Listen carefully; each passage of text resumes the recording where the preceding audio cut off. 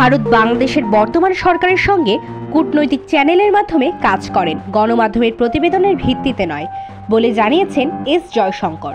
বাংলাদেশের ক্ষমতাচ্যুত প্রধানমন্ত্রী শেখ হাসিনাকে ফেরত পাঠানোর বিষয়ে সাংবাদিকদের প্রশ্নের জবাবে ভারতের পররাষ্ট্রমন্ত্রী এস জয়শঙ্কর এ মন্তব্য করেন। জার্মানির রাজধানী বার্লিনে সংবাদ সম্মেলনে ভারতের পররাষ্ট্রমন্ত্রীর কাছে এক সাংবাদিক বাংলাদেশের ক্ষমতাচ্যুত প্রধানমন্ত্রী শেখ হাসিনাকে নিজ দেশে প্রত্যর্পণ করা হবে কিনা তা জানতে চান।